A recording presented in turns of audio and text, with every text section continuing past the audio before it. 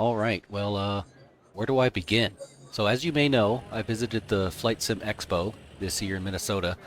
There are many things that stood out to me, just like it did 2 years ago. But this year, I could say there were some steps in the right direction, especially for us combat simulator folk. I did notice immediately, even the 2 years ago in Vegas, that 85% or so is combat, or correction, is commercial or general aviation type of flying. So I wanted to talk about that in this video and talk about my findings on the floor and stuff that interests me. So let's get into it.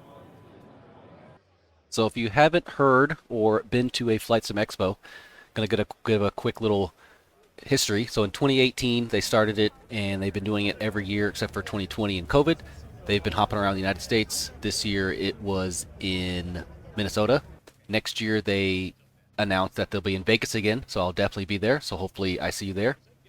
But the thing that I noticed, as I kind of alluded to before, is that 85 plus percent of the expo is general aviation and commercial sims.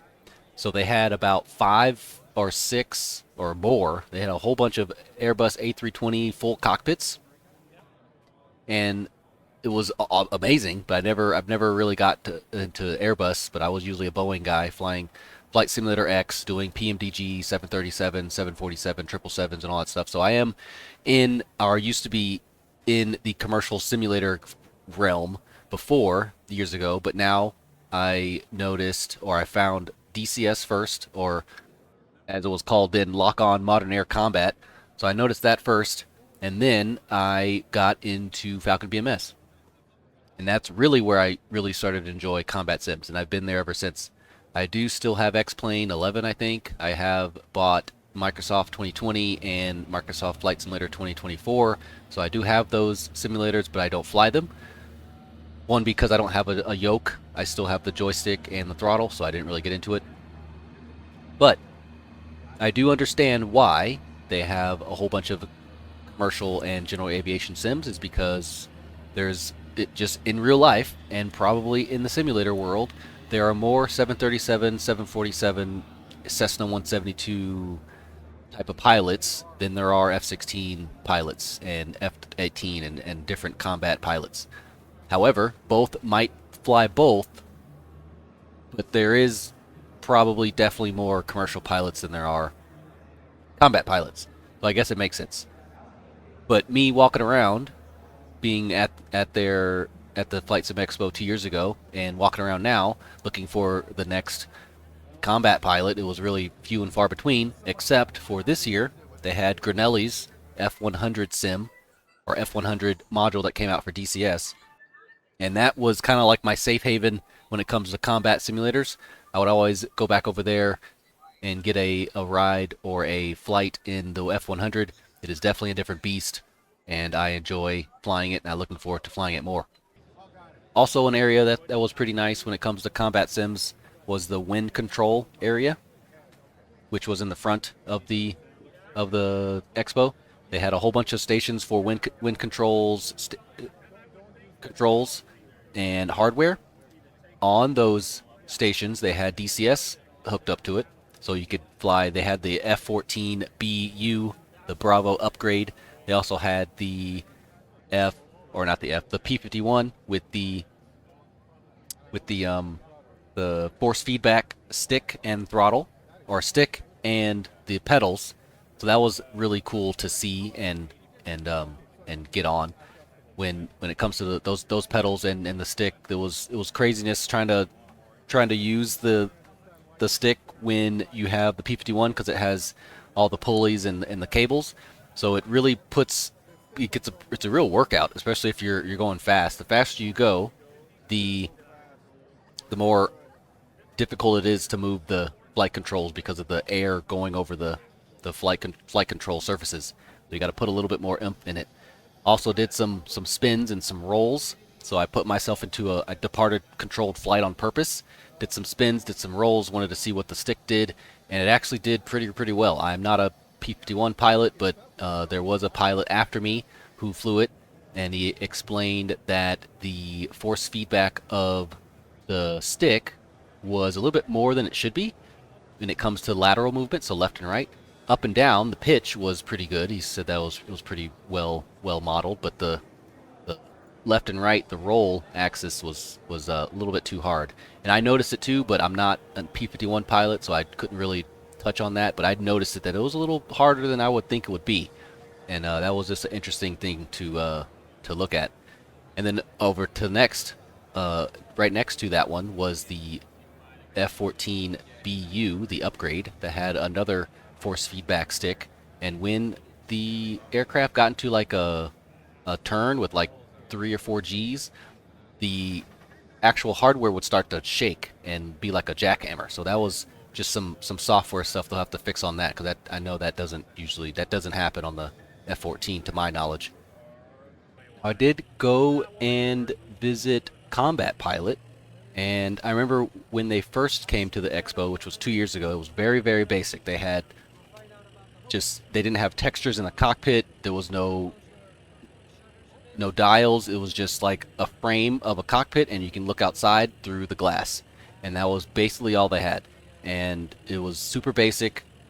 Their interaction with the people around it wasn't as much because they didn't have much to show. It was like it's a video they would show over and over again. So this time, I was able to get into the seat and do some flying in it. I think I flew the F4F Wildcat. I think that's what it was. So I flew that. It was a lot different than what I'm used to. I don't usually fly prop planes, but I was in VR. I was able to get some VR time in. It was pretty nice. Graphics were up to par. They did pretty well. Clouds were cool. Landed on a carrier, and they don't have the crash model in there, so I didn't really smooth butter the landing, but I was able to I guess get the cable and stop. So I guess that's good. But I was able to do that, and it looks very promising. They're still in development of making the bullet. They have the bullets in there. The bullets go places, but when it hits something, they don't have it modeled where it actually does stuff. So there's a lot of updates and development in Combat Pilot right now. But it does look promising, and I'm looking forward to seeing videos. I might not get into it, but I am interested in what videos people make of the game, the simulator, and was able to do that, and it was really cool. So walking around, there was a good amount of Cessna 172 sims with the full yoke and the MFD screens, with either 3 giant screens in front of you or the one screen in front of you so you can look just straight. But there was a lot of setups with 172s, and I enjoyed that because I myself have flown a 172, so it's pretty cool. But I walked over to the front where they had the motion simulators, and these things were really cool.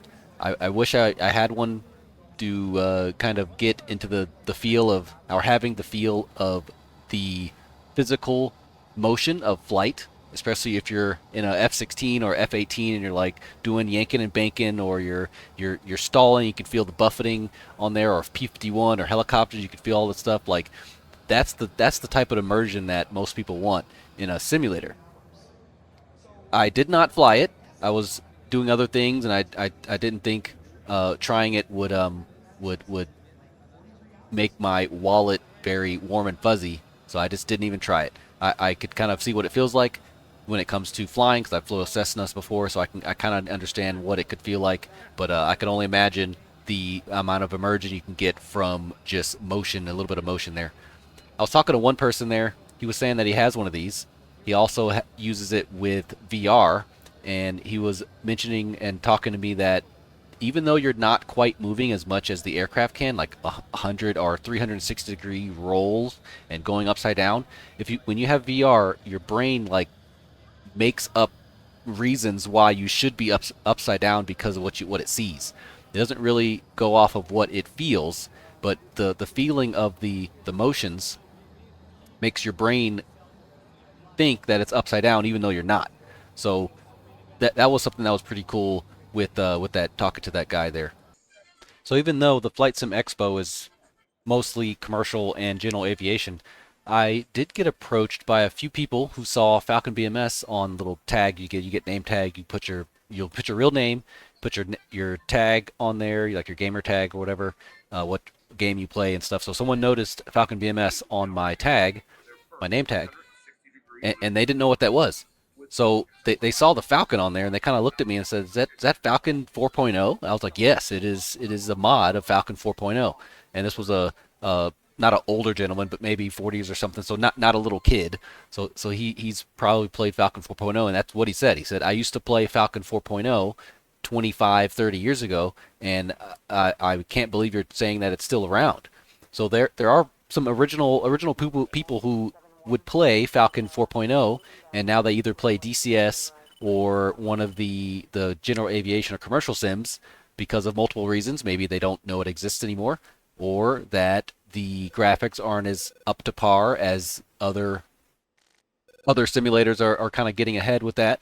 But as you know, as you could see, or look on other videos, Falcon BMS just got a groundbreaking, making the terrain look more of a dynamic terrain instead of just tiles and repetitiveness on the terrain. So I explained to him, showed him a couple videos, and he was very surprised with what it was, and mentioned to him about the terrain, about the new clouds coming up, and different things like that. Other people who did the same thing, they've played Falcon 4.0, they play DCS, and they're always doing DCS, but they never really heard of Falcon BMS. We all know Falcon BMS is more of a F-16 niche, and if you fly the F-15 Eagle, the Strike Eagle, the F-14, now the F-100, any other airplane that's not the Eagle and the Viper, then DCS is definitely for you. But if you have a certain niche and a certain love for the Eagle and the Viper, then Falcon BMS is, for most of us, debatably a better sim than DCS is right now. So I kind of advocated for what BMS is, showed them some videos, showed them what my channel was, gave them a card with a QR code to have them look at some of the videos and what's going on with the BMS world. So those are kind of my thoughts on the Flight Sim Expo 2026. I am looking forward to the 2027 in Vegas. I will definitely be there. Hopefully we get a little bit more showcase of combat sims. But tell me about your visit if you were able to make the Flight Sim Expo this year. Did you see me? Did you see the Grinnelli Designs area? Did you fly the F-100? And are you looking forward to the next Flight Sim Expo? If you are, let me know down in the comments, and I'll see you in the next one.